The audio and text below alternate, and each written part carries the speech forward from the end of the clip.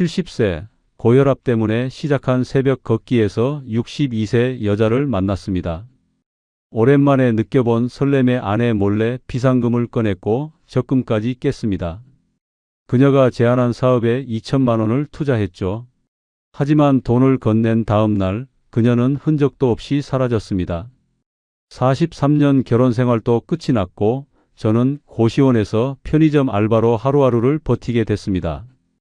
오늘 제 이야기를 끝까지 들어주시면 여러분도 저처럼 외로움에 속아 소중한 것들을 잃지 않으실 수 있을 거예요. 그리고 어느 지역에서 시청하고 계신지 댓글 한 번씩만 부탁드립니다. 여러분의 이야기도 듣고 싶습니다. 그럼 지금부터 제가 겪은 이야기를 있는 그대로 말씀드리겠습니다. 본문에 앞서 구독과 좋아요는 저희에게 큰 힘이 됩니다. 저는 70세 윤태식입니다. 은퇴한 지 벌써 8년이 지났어요. 중견 제약회사에서 영업부장으로 30년 넘게 일했는데 62세에 명예퇴직을 하고 나니 갑자기 할 일이 없어졌어요. 처음 몇 달은 그래도 괜찮았어요. 밀렸던 TV 프로그램도 보고 가끔 친구들 만나 소주 한잔하면서 세월을 보냈거든요. 그런데 1년, 2년 지나니까 달라지더라고요. 친구들은 하나둘 연락이 뜸해졌고 집에서는 아내와 대화할 거리가 점점 줄어들었어요. 아내 김순희는 저보다 4살 어린 66세예요. 결혼한 지 43년이 됐는데 언제부턴가 우리는 같은 집에 사는 남남처럼 지내고 있었어요. 아침에 일어나면 아내는 먼저 식탁에 밥을 차려놓고 자기 방으로 들어가 버려요. 저는 혼자 밥을 먹고 설거지는 대충 싱크대에 쌓아두고요. 오후에는 각자 방에서 시간을 보내다가 저녁도 비슷하게 먹었어요. 말을 안 하니까 할 말이 더 없어지더라고요. 그렇게 하루하루가 지나갔어요. 은퇴 5년 차 되던 해에 건강검진을 받았는데 고혈압 진단을 받았어요. 의사 선생님이 약도 중요하지만 규칙적인 운동이 필수라고 하셨어요. 특히 새벽 걷기가 좋다고 권하시더라고요. 그래서 다음 날부터 새벽 5시 반에 일어나 집 근처를 걷기 시작했어요. 처음엔 30분 정도만 걷다가 점점 시간을 늘려서 1시간씩 걸었어요. 아파트 단지를 나와 하천 둑길을 따라 걷고 가끔은 공원까지 갔다 오곤 했어요. 새벽 공기는 확실히 좋았어요. 아직 어둑어둑할 때 나가면 거리가 조용하고 가로등 불빛 아래로 이따금다른 운동하는 사람들이 보였어요. 그런데 혼자 걷는 게 생각보다 외로웠어요. 옆에 누군가 같이 걸으면서 이야기라도 나눴으면 좋겠다는 생각이 자꾸 들었거든요. 집에 돌아가면 또 조용한 아침이 기다리고 있고 하루 종일 TV 보다가 잠드는 일상이 반복됐어요. 어느 날 아내가 식탁에 밥을 차리면서 한마디 했어요. 요즘 표정이 안 좋다고 뭐 걱정거리라도 있냐고요? 저는 아무것도 아니라고 대답했어요.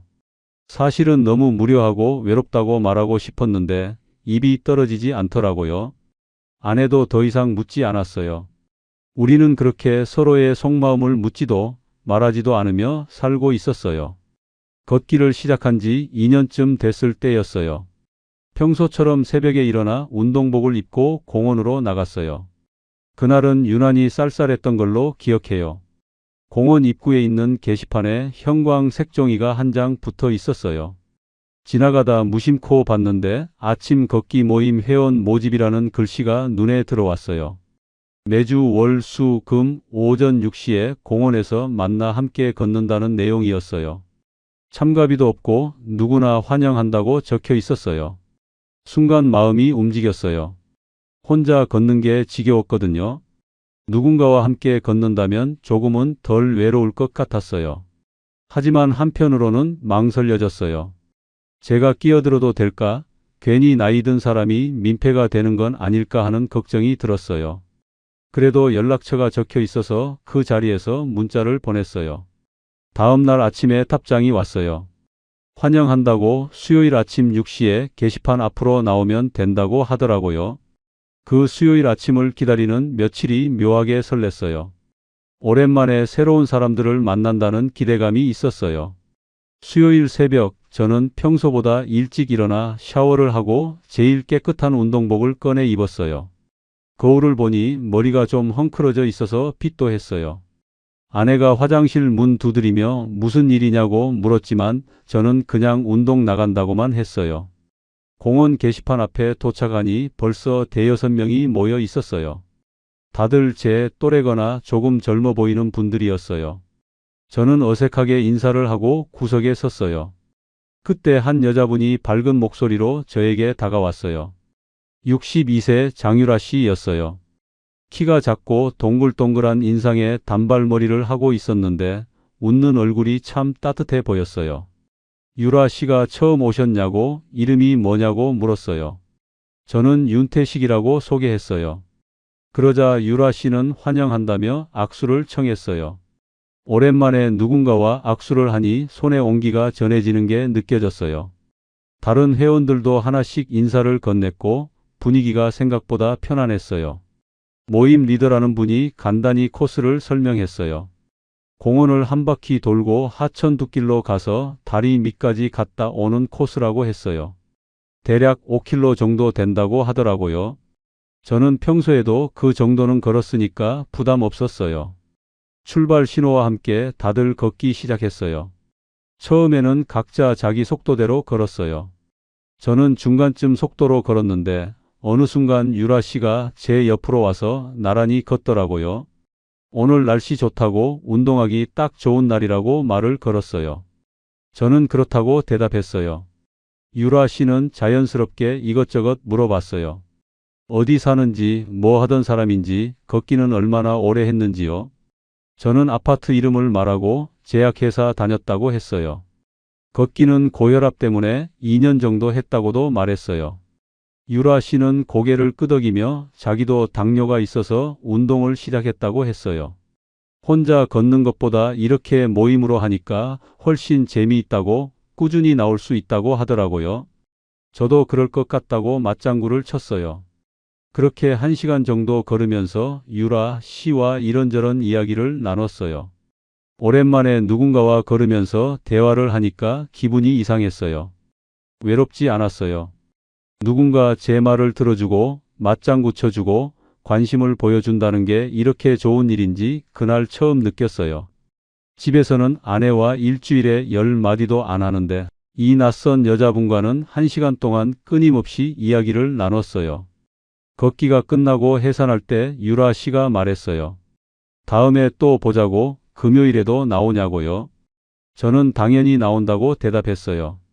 집으로 돌아오는 길에 발걸음이 가벼웠어요. 오랜만에 하루가 기대되는 기분이었어요. 현관문을 열고 들어가니 아내가 거실에서 TV를 보고 있었어요. 운동 다녀왔다고 말했지만 아내는 고개도 돌리지 않았어요. 저는 샤워를 하고 거울을 보면서 생각했어요. 오늘 아침처럼 누군가 제 이야기를 들어주는 시간이 계속됐으면 좋겠다고요. 그게 그렇게 큰 욕심일까요? 금요일 아침이 기다려졌어요. 수요일 걷기 모임 이후로 이틀 동안 마음 한구석이 계속 들떠 있었거든요. 목요일 하루 종일 TV를 봤는데도 무슨 내용인지 하나도 기억이 안 났어요. 그냥 금요일 아침만 생각하고 있었어요. 오랜만에 느껴보는 기대감이었어요. 금요일 새벽 5시에 눈이 떠졌어요. 알람도 안 맞췄는데 저절로 일어났어요. 평소보다 30분이나 일찍 일어난 거예요. 샤워를 하고 면도도 깔끔하게 했어요. 옷장에서 비교적 새 운동복을 꺼내 입었어요. 현관을 나서는데 아내 방에서 불이 켜지는 소리가 들렸어요. 저는 조용히 문을 닫고 나왔어요. 공원에 도착하니 이번에도 유라 씨가 제일 먼저 저를 알아보고 손을 흔들었어요. 태식 씨 오셨네요. 라고 반갑게 인사하더라고요. 다른 분들도 인사를 나눴지만 유라 씨의 인사가 유독 따뜻하게 느껴졌어요. 걷기가 시작되자 유라 씨가 또 제 옆으로 왔어요. 마치 당연하다는 듯이 자연스럽게 제 옆자리를 차지했어요. 걷다 보니 제 걸음이 다른 분들보다 조금 느렸어요. 나이도 있고 체력도 예전 같지 않아서 보폭이 작았거든요. 그런데 유라 씨는 제 속도에 딱 맞춰서 걸어주더라고요. 다른 분들이 앞서가도 유라 씨는 천천히 제 옆에서 걸었어요. 괜찮으냐고 너무 빠르면 말하라고 했어요. 저는 괜찮다고 했지만 속으로는 고마웠어요. 유라 씨는 걸으면서 계속 말을 걸었어요. 어제 뭐 하셨냐고, 날씨가 추워지는데 건강은 괜찮으시냐고, 요즘 드라마는 뭐 보시냐고요. 별것 아닌 질문들이었지만 저한테는 특별했어요. 집에서는 아무도 저한테 이런 걸 물어보지 않았거든요. 아내는 제가 뭘 하는지, 뭘 보는지 관심도 없었어요. 그런데 이 사람은 제 일상이 궁금한 것처럼 물어봤어요. 저는 점점 유라 씨와 이야기하는 시간이 좋아졌어요. 제약회사 다닐 때 힘들었던 이야기, 은퇴하고 나서 무료했던 이야기, 요즘 건강 걱정되는 이야기까지 하나씩 꺼냈어요. 유라 씨는 다 들어주면서 고개를 끄덕였어요. 정말 힘드셨겠다고, 그래도 건강이 제일 중요하다고, 이렇게 운동하시니까 앞으로는 더 좋아지실 거라고 말해줬어요. 집에서는 제가 무슨 말을 해도 아내가 그래, 그렇구나, 이 두 마디로 끝냈어요. 관심 없다는 게 표정에서 다 보였어요. 그런데 유라 씨는 달랐어요. 제 말을 진심으로 듣는다는 느낌을 받았어요. 눈을 마주치며 들어주고 맞장구도 쳐주고 가끔은 손을 살짝 터치하면서 공감해줬어요. 오랜만에 제가 누군가에게 의미 있는 사람처럼 느껴졌어요. 한 달쯤 지나면서 걷기 모임은 제 일주일에서 가장 중요한 시간이 됐어요. 월, 수, 금 3번의 아침이 전부였는데 그 시간을 기다리며 나머지 날들을 견뎠어요. 유라 씨는 항상 제 옆에서 걸었고 저도 자연스럽게 유라 씨 옆자리가 제 자리라고 생각하게 됐어요. 다른 회원들도 우리 둘을 한 쌍처럼 봤어요. 그런데 집에서는 분위기가 이상해지기 시작했어요. 어느 날 아침 운동 다녀와서 거실에 들어섰는데 아내가 제 운동복을 들고 냄새를 맡고 있었어요. 저는 깜짝 놀라 뭐 하는 거냐고 물었어요. 아내는 이상한 냄새가 난다고, 향수 냄새 같은 게 난다고 했어요. 저는 무슨 소리냐고, 운동하고 왔는데 무슨 향수 냄새냐고 따졌어요. 사실 유라 씨가 향수를 뿌리고 다니긴 했어요. 은은한 꽃향기 같은 거였는데 함께 걷다 보면 가끔 그 향기가 바람에 실려왔어요. 혹시 제 옷에도 그 냄새가 밴 건지 몰랐어요. 아내는 의심스러운 눈으로 저를 쳐다봤어요. 요즘 운동 나갔다가 오는 시간도 늦어졌다고, 예전엔 1시간이면 왔는데 요즘은 2시간 가까이 걸린다고 했어요. 저는 짜증이 났어요. 뭘 의심하는 건지 모르겠지만 기분이 나빴어요. 그냥 사람들이랑 걸으니까 시간이 좀 더 걸린다고, 이상한 의심하지 말라고 목소리를 높였어요. 아내는 더 이상 말하지 않고 방으로 들어가 버렸어요. 저는 씁쓸했어요. 오랜만에 제 인생에 즐거운 일이 생겼는데 그마저도 의심받아야 하나 싶었어요. 그 일이 있고 나서 아내와 사이가 더 멀어졌어요. 아내는 제가 운동 나갈 때마다 눈치를 줬어요. 말은 안 해도 표정에서 다 보였어요. 저는 오히려 반발심이 생겼어요. 평소에는 제게 관심도 없다가 이럴 때만 참견하는 게 화가 났어요. 그래서 일부러 더 일찍 집을 나갔어요. 모임 시작 30분 전에 나가서 공원 벤치에 앉아 유라 씨를 기다렸어요. 유라 씨는 제가 일찍 나온 걸 보고 좋아했어요. 저도 일찍 오는 편인데 태식 씨가 저보다 먼저 와 계시네요. 라고 웃으며 말했어요. 그렇게 우리는 걷기 시작 전 30분, 걷기 1시간, 끝나고 공원 벤치에서 30분씩 더 이야기를 나누게 됐어요. 총 2시간을 함께 보낸 거예요. 유라 씨는 자기 인생 이야기도 많이 해줬어요. 남편과 일찍 사별했다고, 혼자 자식들 키우느라 고생 많이 했다고요. 저는 유라 씨 이야기를 들으면서 안쓰러웠어요. 그렇게 힘들게 사셨는데도 항상 밝게 웃고 다른 사람들 챙기는 모습이 대단해 보였어요. 유라 씨는 제게도 위로의 말을 많이 해줬어요. 태식 씨는 좋은 분이라고, 가족들이 태식 씨의 가치를 몰라보는 것 같다고, 태식 씨는 더 행복해질 자격이 있다고 했어요. 그 말들이 제 마음속 깊이 박혔어요. 어느새 유라 씨는 제 하루의 전부가 됐어요. 아침에 눈 뜨면 유라 씨와 걸을 생각에 기분이 좋았고, 오후에는 다음 걷기 모임을 기다렸어요. 저녁에는 오늘 나눴던 대화를 떠올리며 혼자 미소를 짓곤 했어요. 유라 씨가 보낸 문자 한 통에도 가슴이 두근거렸어요. 70세 나이에 이런 감정을 느낄 줄은 몰랐어요. 아내는 제 변화를 눈치챘을 거예요. 제가 거울을 자주 보고 옷차림에 신경 쓰고 핸드폰을 계속 확인하는 모습을 봤을 테니까요. 그런데 아내는 아무 말도 안 했어요. 그저 조용히 저를 지켜볼 뿐이었어요. 저는 아내의 그 시선이 불편했지만 제 마음을 멈출 수가 없었어요. 유라 씨와 함께하는 시간은 제게 새로운 인생 같았어요. 오랜만에 살아있다는 느낌을 받았어요. 집은 그저 잠만 자러 가는 곳이 됐고 진짜 제 하루는 공원에서 시작됐어요. 이게 잘못된 건가요? 아니면 제가 누릴 자격이 있는 행복인가요? 걷기 모임을 시작한 지 2달쯤 지났을 때였어요. 어느 금요일 아침 운동을 마치고 평소처럼 벤치에 앉아 있었는데 유라 씨가 갑자기 제안을 했어요.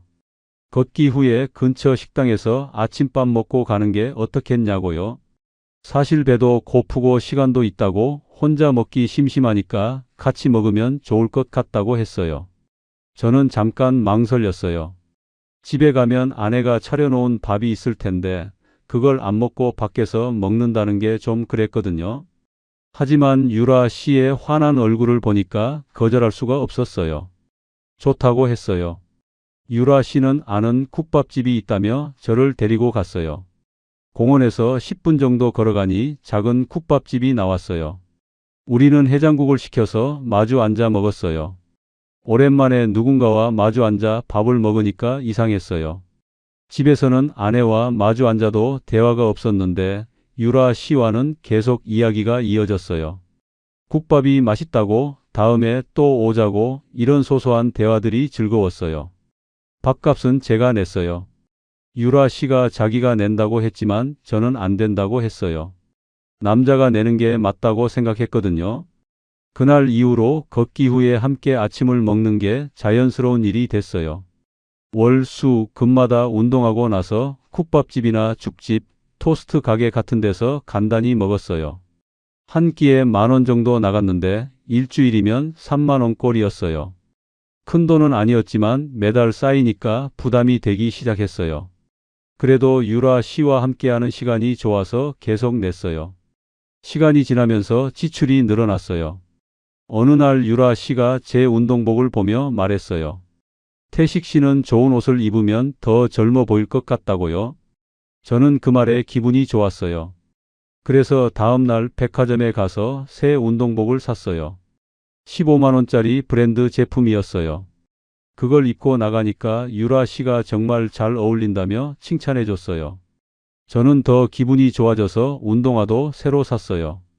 이번엔 20만 원이 나갔어요. 유라 씨는 자주 커피를 마시자고 했어요. 아침밥 먹고 나서 커피 한 잔 하면 하루가 든든하다고요. 저는 원래 커피를 즐기는 편이 아니었지만 유라 씨가 좋아하니까 따라갔어요. 프랜차이즈 카페에서 아메리카노 2잔이면 10,000원 정도 나왔어요. 가끔은 유라 씨가 달달한 음료를 시키면 더 비쌌어요. 그것도 제가 다 냈어요. 한 달에 걷기 모임이 12번 정도 있었어요. 밥값에 커피값에 가끔 간식까지 사면 한 달에 50만 원 가까이 나갔어요. 제 용돈이 한 달에 60만 원이었는데 거기에 새 옷값까지 더하니까 생활비에서 쓸 돈이 모자랐어요. 담배값도 아껴야 했고 친구들 만나는 횟수도 줄었어요. 그래도 유라 씨를 위해서라면 괜찮다고 생각했어요. 어느 날 아내가 물었어요. 이번 달 생활비가 부족하다고 용돈을 어디다 다 쓰냐고요? 저는 운동용품도 사고 이것저것 썼다고 얼버무렸어요. 아내는 미심쩍은 표정을 지었지만 더 이상 묻지 않았어요. 저는 마음이 불편했지만 유라 씨에게 쓰는 돈을 줄일 생각은 없었어요. 그래서 제가 숨겨둔 통장을 꺼냈어요. 은퇴할 때 퇴직금 일부를 따로 저축해둔 게 있었거든요. 아내도 모르는 비상금이었어요. 400만 원 정도 들어 있었어요. 저는 그걸 조금씩 찾아 쓰기 시작했어요. 한 달에 100만 원씩 찾아서 생활비로 보태고 유라 씨와의 시간을 위해 썼어요. 통장 잔고가 줄어드는 게 보였지만 신경 쓰지 않았어요. 그러던 어느 날이었어요. 걷기를 마치고 커피를 마시는데 유라 씨가 조심스럽게 말을 꺼냈어요. 요즘 건강식품 사업을 생각하고 있다고요? 친구가 괜찮은 제품을 소개해 줬는데 시니어들한테 정말 좋은 건강식품이라고 했어요. 투자하면 수익도 괜찮다고 하더라고요. 저는 흥미가 생겨서 더 자세히 물어봤어요. 유라 씨는 열심히 설명했어요. 홍삼 진액이랑 영양제를 세트로 파는 건데 시니어들이 많이 찾는다고요. 회원제로 운영하면 수익이 꾸준히 나온다고 했어요. 자기도 투자할 생각인데 태식 씨도 같이 하면 좋겠다고 했어요. 나중에 수익 나면 반씩 나누자고요. 제 노후 자금도 되고 건강에도 좋은 일 아니냐고 했어요. 저는 솔직히 망설여졌어요. 그런 사업 경험도 없었고 괜히 손해보는 건 아닐까 걱정됐거든요. 하지만 유라 씨가 계속 설득했어요. 요즘 시니어 시장이 얼마나 큰지 아냐고 이런 기회는 자주 오지 않는다고요. 자기 친구도 이걸로 큰돈 벌었다고 하더라고요. 유라 씨 눈빛이 진지했어요. 그러더니 유라 씨가 말했어요. 초기 투자금이 3천만 원 정도 필요하다고요. 자기는 절반인 1,500만 원 낼 테니까 태식 씨도 1,500만 원만 내면 된다고 했어요. 저는 깜짝 놀랐어요. 1,500만 원은 제게 큰 돈이었거든요. 지금 당장 그런 돈은 없다고 했어요. 유라 씨는 실망한 표를 지었어요. 그러다가 1,000만 원만 내면 안 되겠냐고 물었어요. 지분은 좀 줄어들지만 그래도 같이 할 수 있다고요. 태식 씨 같은 믿을 만한 분이랑 사업하고 싶다고 혼자 하려니까 외롭다고 했어요. 저는 유라 씨의 그 말에 마음이 흔들렸어요. 집에 돌아와서 계속 생각했어요. 1,000만 원을 어떻게 마련하지? 비상금 통장은 이미 거의 바닥났어요. 그때 떠오른 게 적금이었어요. 제 명의로 된 적금이 하나 있었는데 3년 만기로 월 100만 원씩 넣는 거였어요.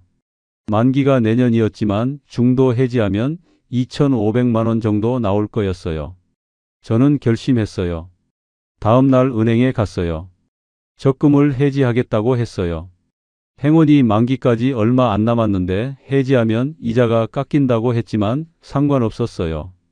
통장에서 1,000만 원을 찾아 유라 씨에게 건넸어요. 유라 씨는 고맙다며 제 손을 꼭 잡았어요. 태식 씨 믿는다고 좋은 결과 있을 거라고 했어요. 저는 그 순간 뿌듯했어요. 유라 씨와 함께 새로운 일을 시작한다는 게 설렜어요. 나이 70에 다시 도전하는 기분이었어요. 아내한테는 비밀로 했어요. 말하면 난리가 날 게 뻔했으니까요. 저는 혼자 계산기를 두드리며 미래를 그렸어요. 이 사업이 잘 되면 아내한테도 당당해질 수 있을 거라고 생각했어요. 그런데 한편으로는 불안했어요. 정말 이게 맞는 선택일까요? 1,000만 원을 건넨 다음 날부터 유라 씨는 더 친절해졌어요. 걷기 모임에서도 제 팔을 자연스럽게 잡아주고 힘들면 쉬었다 가자며 먼저 챙겨줬어요. 아침밥을 먹을 때도 제가 좋아하는 반찬을 자기 접시에서 덜어주기도 했어요. 저는 유라 씨의 그런 모습이 고마웠어요. 역시 함께 사업을 하는 파트너가 되니까 더 가까워지는 것 같다고 생각했어요. 그런데 걷기 모임 분위기가 조금씩 이상해졌어요. 다른 회원들이 저와 유라 씨를 쳐다보는 시선이 달라진 게 느껴졌어요. 예전에는 그냥 친하게 지내는 사람들로 봤는데 어느 순간부터는 수군거리는 소리가 들렸어요. 걷기가 끝나고 해산할 때 몇몇 분들이 모여서 작은 목소리로 뭔가 이야기하는 게 보였어요. 처음에는 신경 쓰지 않으려고 했어요. 그런데 점점 노골적으로 변했어요. 어느 날 걷기 중에 김영수라는 분이 제 옆으로 오더니 말을 걸었어요. 태식 씨, 요즘 유라 씨랑 많이 친해지신 것 같다고요? 저는 그렇다고 좋은 분이라고 대답했어요. 그러자 김영수 씨가 애매한 표정을 지으며 말했어요. 유라 씨가 좋은 분이긴 한데 조심하는 게 좋을 것 같다고요? 저는 무슨 소리냐고 물었어요. 김영수 씨는 주변을 둘러보더니 작은 목소리로 말했어요. 유라 씨가 예전에도 모임에서 혼자 사는 남자 회원들한테 잘해주다가 갑자기 안 나온 적이 있다고요. 그분들도 유라 씨랑 친하게 지내다가 어느 날부터 연락이 끊겼다고 하더라고요. 김영수 씨는 그냥 조심하라는 말을 하고 싶었다며 앞으로 걸어갔어요. 저는 기분이 나빴어요. 유라 씨를 그런 식으로 의심하는 게 화가 났어요. 사람들이 질투하는 거라고 생각했어요. 유라 씨가 저한테만 친절하니까 다른 사람들이 시샘하는 거라고요. 저는 김영수 씨 말을 무시하기로 했어요. 오히려 유라 씨한테 더 잘해줘야겠다는 생각이 들었어요. 그 일이 있고 며칠 후에 또 다른 회원이 저를 찾아왔어요. 이번에는 박미숙이라는 여자 회원이었어요. 걷기가 끝나고 혼자 있을 때 다가와서 조심스럽게 말했어요. 태식 씨한테 꼭 해야 할 말이 있다고요. 자기 친구가 작년에 이 모임에 다녔는데 유라 씨한테 돈을 빌려줬다가 못 받았다고 하더라고요. 처음에는 갚겠다고 하더니 나중에는 연락이 안 된다고요. 저는 그게 사실이냐고 물었어요. 박미숙 씨는 자기도 직접 본 건 아니지만 친구가 그렇게 말했다고 했어요. 그래서 태식 씨도 조심하셨으면 좋겠다고, 혹시 돈 문제 있으면 깊이 관여하지 말라고 했어요. 저는 이번에도 짜증이 났어요. 사람들이 왜 이렇게 유라 씨를 나쁘게 몰아가는지 이해할 수 없었어요. 저는 유라 씨한테 그 이야기를 했어요. 사람들이 이상한 소문을 퍼뜨린다고 그런 말 신경 쓰지 말라고요. 유라 씨는 한숨을 쉬며 말했어요. 자기도 안다고 사람들이 자기를 오해한다고요. 예전에 친하게 지내던 회원이 자기한테 돈을 빌려달라고 해서 못 빌려준 적이 있는데 그 사람이 앙심을 품고 이상한 소문을 냈다고 했어요. 억울하다고 태식 씨만큼은 자기를 믿어준다니 고맙다고 했어요.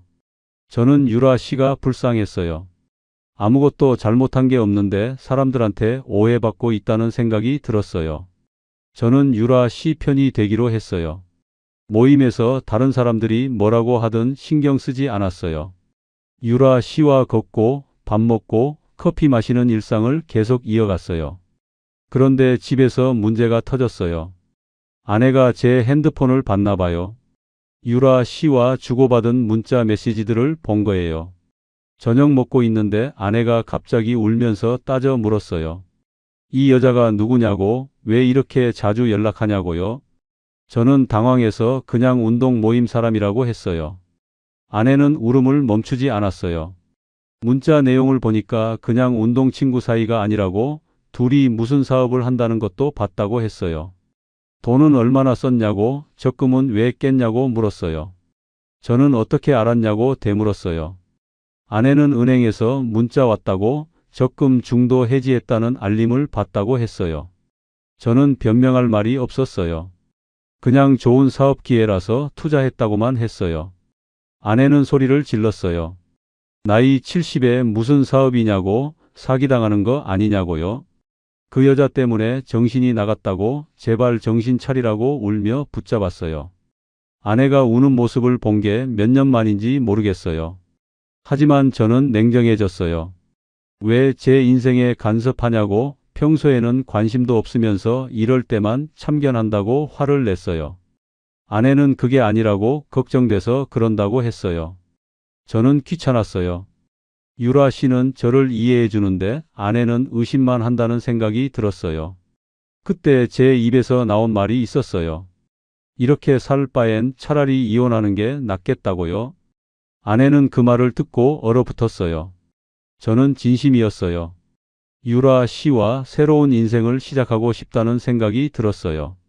아내는 더 이상 말하지 않고 방으로 들어갔어요. 그날 밤 아내 방에서 흐느끼는 소리가 들렸지만 저는 모른 척 했어요. 다음 날 유라 씨한테 집안 사정이 안 좋다고 말했어요. 유라 씨는 제 손을 잡으며 위로해 줬어요. 태식 씨는 더 행복해질 자격이 있다고, 가족이 이해 못 해준다면 새로운 길을 가야 한다고 했어요. 그러면서 조용한 곳에서 같이 살면 어떻겠냐고 물었어요. 둘이 작은 집 얻어서 사업도 하고 편하게 지내자고요. 저는 그 제안에 마음이 흔들렸어요. 정말 유라 씨와 새 출발을 할까 생각했어요. 집에 가기가 싫었어요. 아내 얼굴 보는 것도 부담스러웠어요. 걷기 모임 사람들도 저를 이상하게 쳐다봤어요. 유라 씨만이 저를 이해해주는 유일한 사람 같았어요. 저는 점점 유라 씨 말에 기대게 됐어요. 유라 씨는 계속 같이 살 준비를 하자고 말했어요. 집도 알아보고 사업도 본격적으로 시작하자고요. 저는 그 말이 달콤하게 들렸어요. 모임 사람들의 경고도 아내의 눈물도 다 잊고 유라 씨만 보고 싶었어요. 제가 이렇게 누군가한테 빠져본 게 얼마만인지 몰랐어요. 하지만 이게 정말 사랑이었을까요? 아니면 외로움이 만든 착각이었을까요? 이혼 이야기를 꺼낸 후로 집 분위기는 완전히 얼어붙었어요. 아내는 저와 말을 섞지 않았고 저도 아내를 피했어요.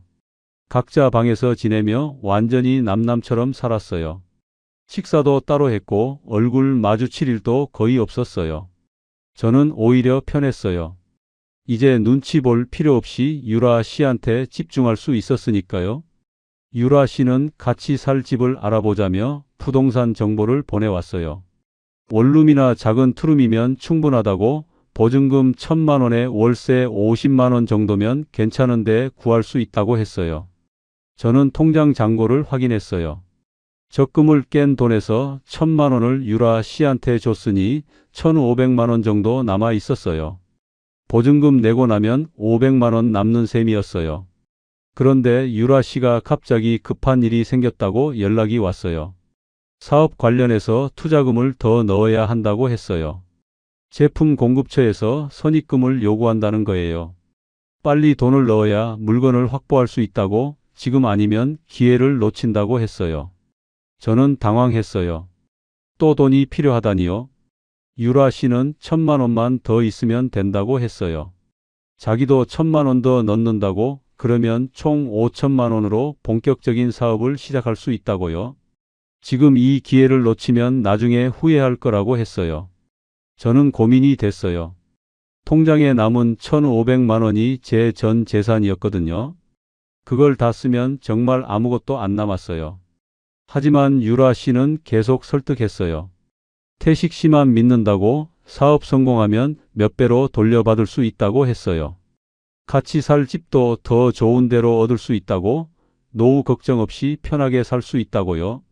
저는 유라 씨 말을 믿고 싶었어요. 이미 1,000만 원을 투자한 상태에서 포기할 수는 없었어요. 그래서 결정했어요. 은행에 가서 통장에서 1,000만 원을 찾았어요. 손에 든 돈 뭉치가 무겁게 느껴졌어요. 이게 제 마지막 돈이라는 생각이 들었지만 유라 씨를 만나러 갔어요. 유라 씨는 고맙다며 돈을 받았어요. 곧 좋은 소식 들려주겠다고, 조금만 기다리라고 했어요. 그날 우리는 커피를 마시며 미래를 이야기했어요. 사업이 잘 되면 어떻게 살지, 어디 여행 갈지 행복한 상상들을 나눴어요. 다음 날이 금요일이었어요. 평소처럼 새벽에 일어나 운동복을 입고 공원으로 나갔어요. 유라 씨가 기다리고 있을 거라 생각하며 걸어갔어요. 공원에 도착하니 다른 회원들은 모여 있었는데 유라 씨가 보이지 않았어요. 저는 조금 늦게 오나 보다 생각하고 기다렸어요. 걷기 시작 시간이 됐는데도 유라 씨는 나타나지 않았어요. 휴대폰을 꺼내 유라 씨한테 전화를 걸었어요. 신호는 가는데 받지 않았어요. 문자를 보냈어요. 어디냐고, 괜찮냐고 물었어요. 답장이 없었어요. 저는 불안해지기 시작했어요. 다른 회원들이 저를 쳐다봤어요. 김영수 씨가 다가와서 유라 씨 연락 안 되냐고 물었어요. 저는 그렇다고 대답했어요. 김영수 씨는 고개를 저으며 혀를 찼어요. 걷기 모임은 시작됐지만 저는 집중할 수 없었어요. 계속 휴대폰만 확인했어요. 유라 씨한테서 연락이 올 거라 믿었거든요. 혹시 아프거나 급한 일이 생긴 건 아닐까 걱정했어요. 걷기가 끝나고 집으로 돌아왔지만 여전히 연락이 없었어요. 하루 종일 전화를 걸고 문자를 보냈지만 아무 답이 없었어요. 주말 내내 유라 씨를 기다렸어요. 월요일 아침에 공원에 나갔어요. 이번에도 유라 씨는 없었어요. 저는 다른 회원들한테 물었어요. 혹시 유라 씨 연락받은 사람 있냐고요? 다들 고개를 저었어요. 박미숙 씨가 말했어요. 유라 씨 전화번호로 연락해 봤는데 번호가 없다고 나온다고요? 저는 당황해서 직접 전화를 걸어봤어요. 정말 없는 번호라는 안내가 나왔어요. 머리가 하얘졌어요. 이게 무슨 상황인지 이해가 안 됐어요. 김영수 씨가 제 어깨를 두드리며 말했어요. 태식 씨, 돈 빌려준 거 없냐고요? 있으면 경찰에 신고해야 한다고요? 저는 그제야 정신이 번쩍 들었어요. 설마 유라 씨가 저를 속인 건가요? 집에 돌아와서 유라 씨가 보냈던 사업 자료들을 찾아봤어요. 회사 이름으로 검색해 봤는데 아무것도 나오지 않았어요. 사업자 등록번호도 가짜였어요. 제품 사진도 인터넷에서 복사한 것들이었어요. 저는 무너져 내렸어요. 모든 게 거짓이었어요. 처음부터 사업이라는 건 존재하지 않았던 거예요. 며칠 후에 더 충격적인 일이 생겼어요. 모르는 번호로 전화가 왔어요. 받았더니 사채업자였어요. 유라 씨가 제 이름으로 돈을 빌렸다는 거예요. 1,000만 원을 빌리면서 제가 연대 보증을 섰다고 했어요. 저는 그런 적 없다고 했어요. 사채업자는 서류가 있다며 당장 갚으라고 협박했어요. 저는 경찰서에 갔어요. 고소장을 쓰고 싶다고 했어요. 경찰은 제 이야기를 듣더니 한숨을 쉬었어요. 이런 사기가 요즘 많다고, 특히 시니어들을 노린다고 했어요. 유라 씨 같은 사람들이 걷기 모임이나 등산 모임에 들어가서 외로운 노인들을 속인다고요? 피해자가 한둘이 아니라고 했어요. 경찰은 수사는 하겠지만 돈 돌려받기는 어렵다고 했어요. 집에 돌아오는 길이 막막했어요. 2천만 원이 다 날아갔어요. 은퇴 후 모아둔 비상금도 적금도 마지막 돈까지 전부요. 사채 빚까지 생겨서 1,000만 원을 갚아야 했어요. 총 3천만 원의 피해를 본 거예요. 70세 나이에 빚까지 떠안게 됐어요. 현관문을 열고 들어갔어요. 집은 너무 조용했어요. 아내를 불렀지만 대답이 없었어요. 거실로 들어가니 가구들이 그대로인데 안에 물건들이 보이지 않았어요. 아내 방을 열어봤어요. 옷장이 텅 비어 있었어요. 화장대 위에 쪽지 한 장이 놓여 있었어요. 쪽지를 펼쳤어요. 아내 손글씨였어요.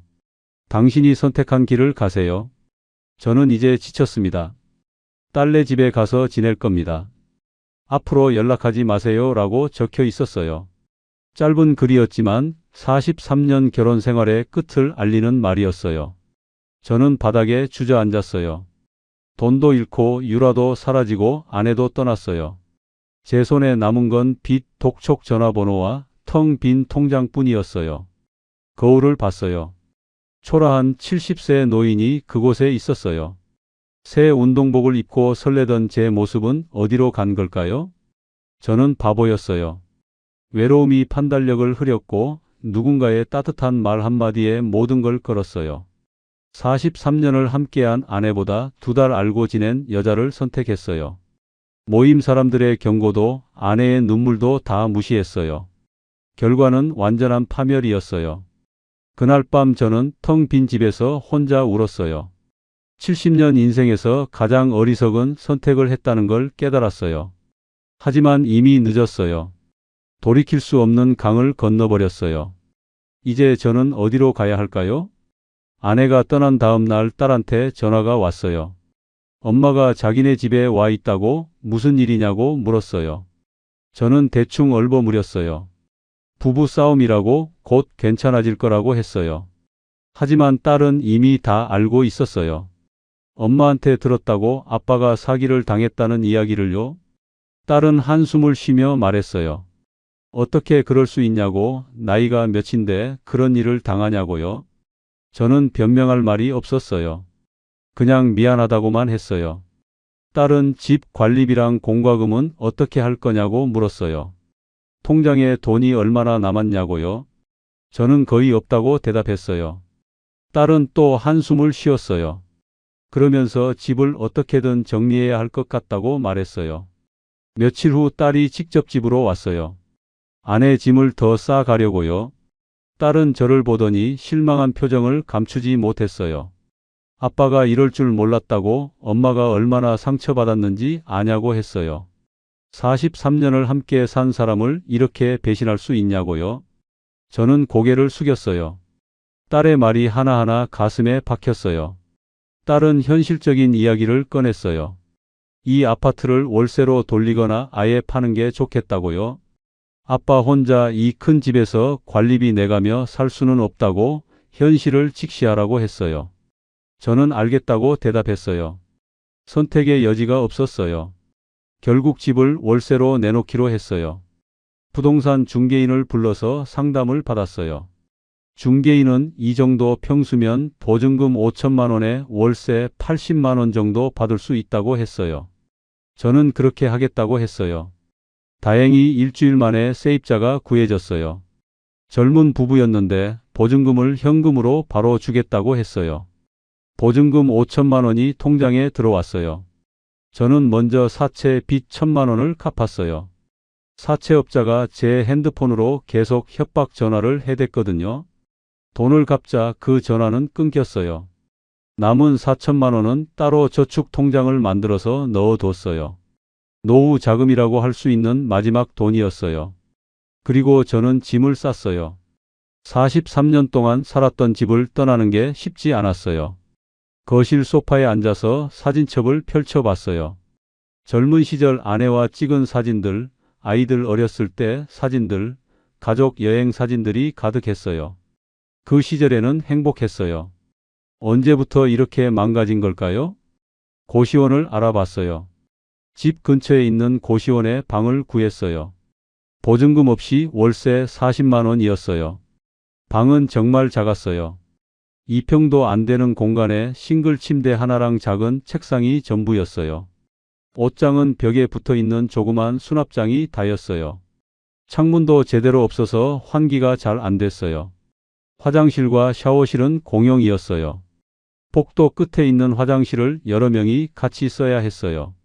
처음 샤워할 때는 정말 힘들었어요. 좁은 샤워실에 다른 사람 쓴 흔적이 남아있고 배수구도 잘 안 뚫려서 물이 고였어요. 70세 나이에 이런 곳에서 산다는 게 믿기지 않았어요. 벽이 너무 얇아서 옆방 소리가 다 들렸어요. 옆방 사람이 전화하는 소리, 음악 듣는 소리, 심지어 코 고는 소리까지 들렸어요. 밤에 잠을 제대로 잘 수가 없었어요.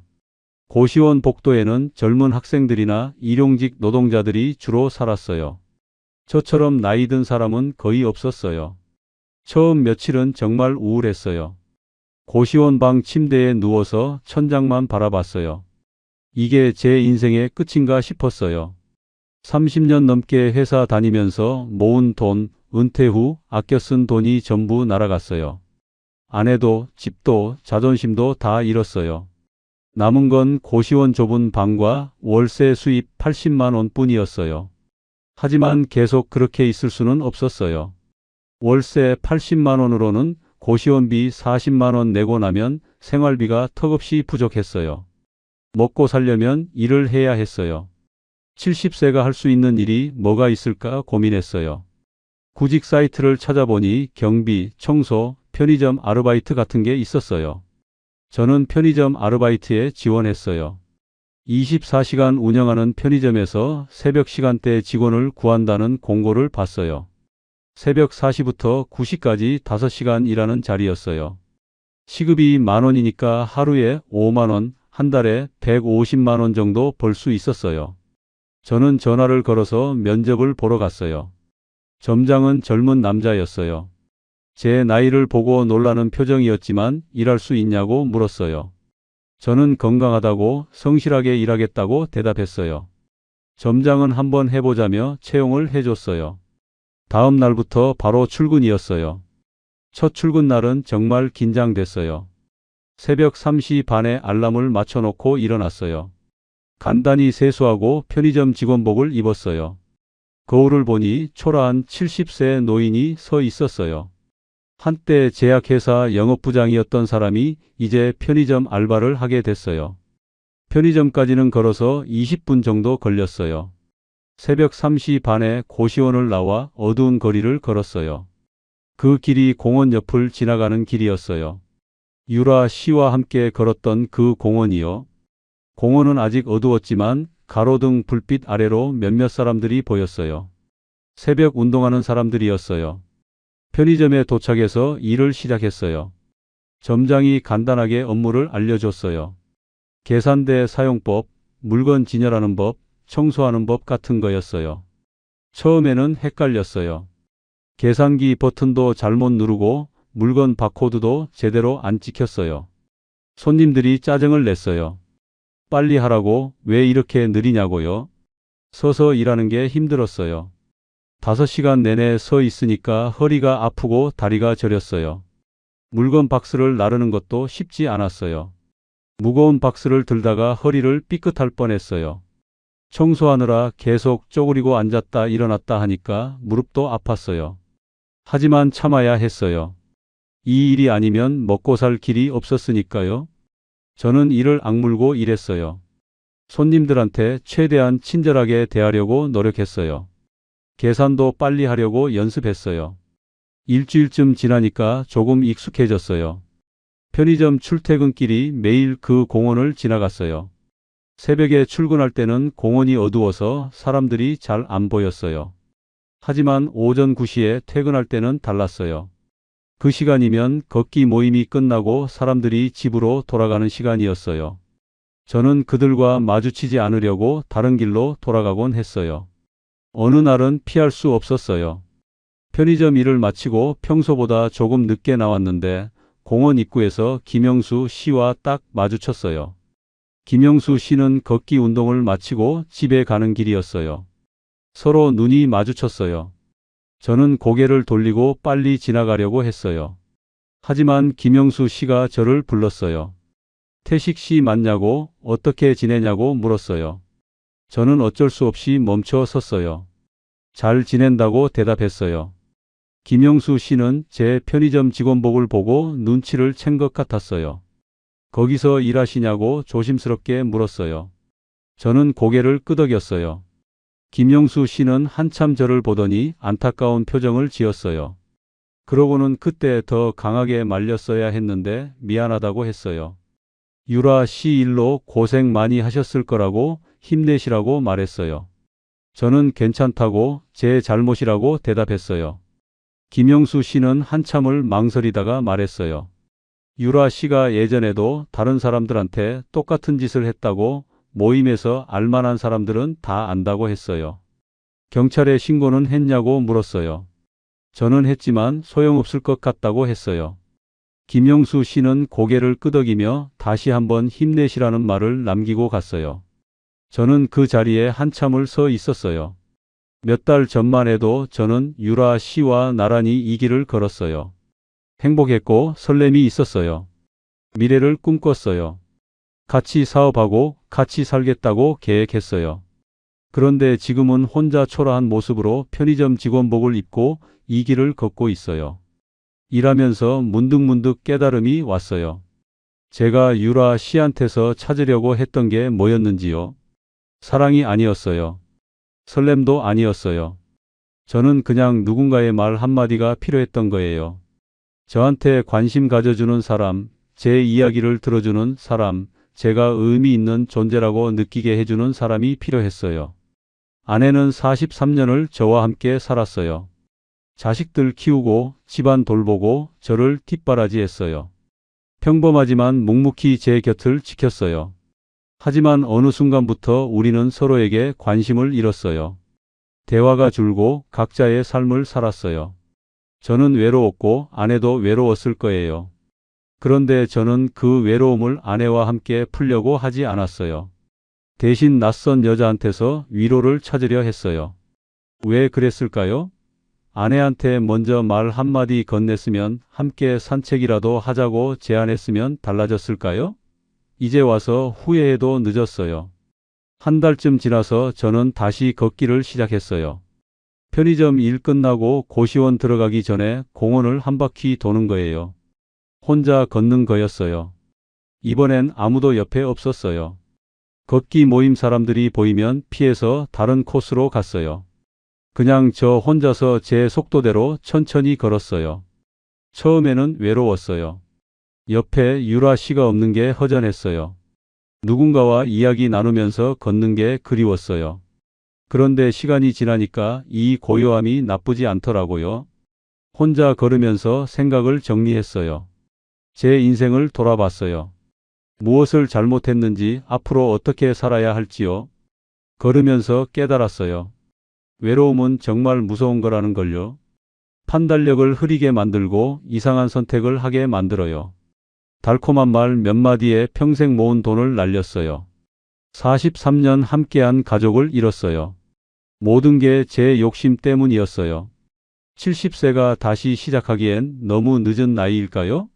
저는 그렇게 생각하지 않기로 했어요. 비록 고시원에 살고 편의점에서 일하지만 그래도 건강하게 살아있잖아요. 빚도 다 갚았고 저축해둔 돈도 있어요. 월세 수입도 꾸준히 들어와요.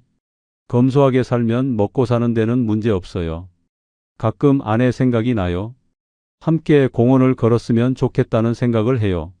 43년을 함께 산 사람인데 이제야 그 소중함을 깨닫네요. 너무 늦었지만요. 아내가 언젠가 저를 용서해 줄까요? 다시 대화할 수 있는 날이 올까요? 모르겠어요. 하지만 조용히 기다리기로 했어요. 저는 오늘도 새벽에 일어나 편의점에 출근해요. 공원을 지나갈 때면 여전히 가슴이 아파요. 유라 씨와 걸었던 그 길, 행복했던 그 순간들이 떠올라요. 하지만 계속 걸어가요. 천천히 제 속도로요. 다시 혼자가 됐지만 이번엔 제대로 걷고 있어요. 언젠가는 이 아픔도 지나갈 거라 믿으면서요. 여러분도 외로움에 흔들린 적 있나요? 그리고 저처럼 실수한 사람도 다시 시작할 자격이 있을까요?